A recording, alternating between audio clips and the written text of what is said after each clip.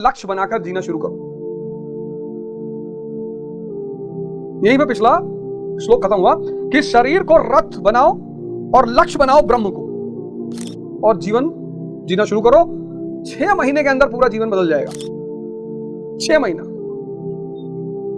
6 महीने के अंदर पूरा जीवन बदल जाएगा। 6 महीने के अंदर। और जीवन तो बदलना ही है, क्योंकि सब कुछ इस दुनिया में बदल रहा है। बुद्ध ने कहा द यूनिवर्स इज ट्रांसिएंट, ब्रह्मांड परिवर्तनशील है, तुम काहे शांति से बैठे हो? सब कुछ बदल रहा है। ये धरती, ये चांद, ये तारे, ये पेड़, सब कुछ। कहा जाता है कि अगर हम प्रकाश वर्ष की स्पीड पे, लाइट ईयर की स्पीड पे यान बनाएं और ब्रह्मांड में एंटर करें, तो भी हम किसी गैलेक्सी तक नहीं पहुंच पाएंगे। क्यों? क्योंकि गैलेक्सियां भी प्रकाश वर्ष की स्पीड से ही बढ़ रही हैं।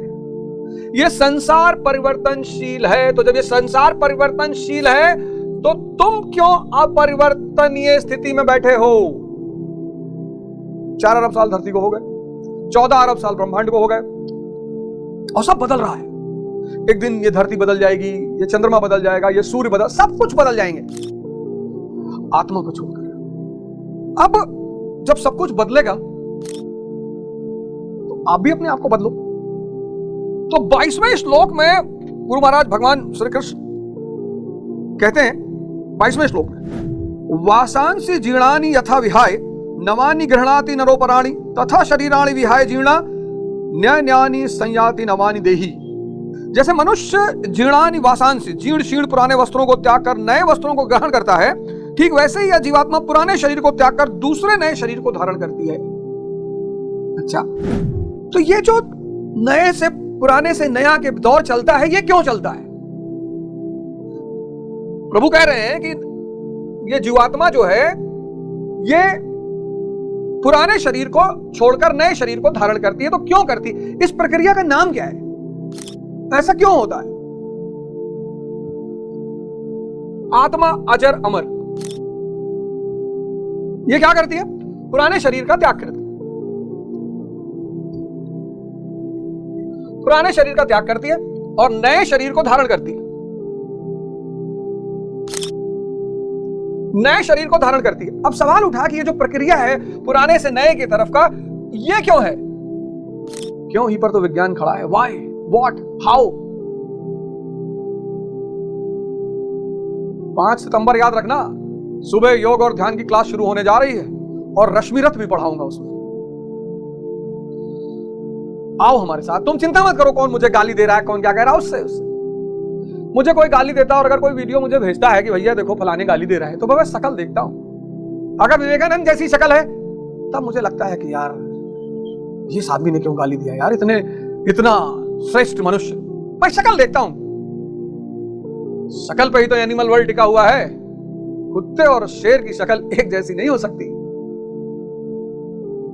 अगर विवेकानंद जैसी शक्ल है, उस शक्ल का व्यक्ति विरोध कर रहा है, गाली दे रहा है, तो मुझे थोड़ा सा लगता है कि संपर्क करो यार, ये बेचारा क्यों परेशान है, ये इतना अच्छा इंसान। बस मेरा यही पैरामीटर, राम जैसी शक्ल, बुद्ध जैसी शक्ल। शक्ल इंपॉर्टेंट है। शेर अगर दहाड़ा है तो कोई वजह होगी, अनावश्यक तो वो दहाड़ता नहीं, मतलब ही नहीं है। तुम बदलो, यही मेरी सेवा है। गुरु महाराज ने यही सेवा दी है मुझे। हर व्यक्ति को सेवा मिली हुई है, ये सेवा करनी है, यही मेरी सेवा है। और सक्रिय रूप से भागीदारी। अब हर कमरे में भगत सिंह की फोटो रहेगी। इस देश को एक और क्रांति की जरूरत है, करना ही पड़ेगा, कोई रास्ता नहीं।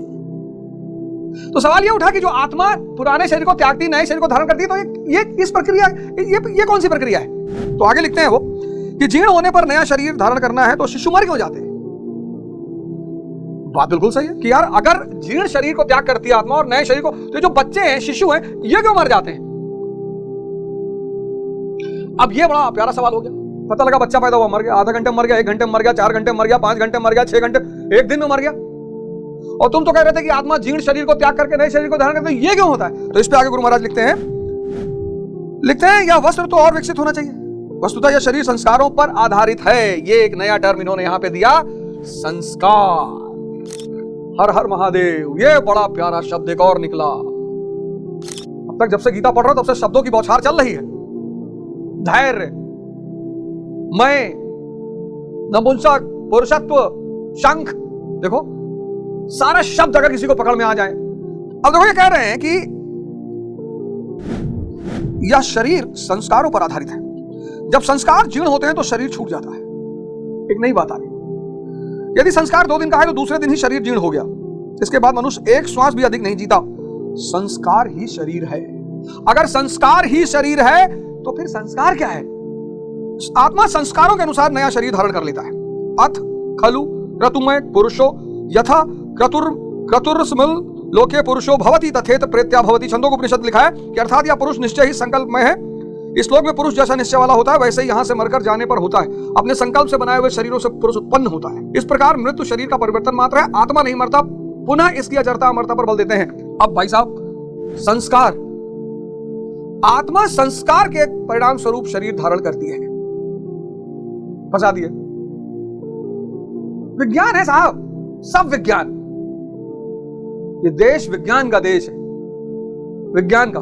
मैकाले ने एक ऐसी धारा पैदा कर दी जो आज सिर्फ नौकरी करनी, सिर्फ नौकरी करनी, बस हम नौकर बनने के लिए पैदा हुए। भैया नौकरी बुरी नहीं है, करनी चाहिए, ऐसा नहीं कि बुरी है, पर जीवन में सिर्फ नौकरी थोड़ी करनी है।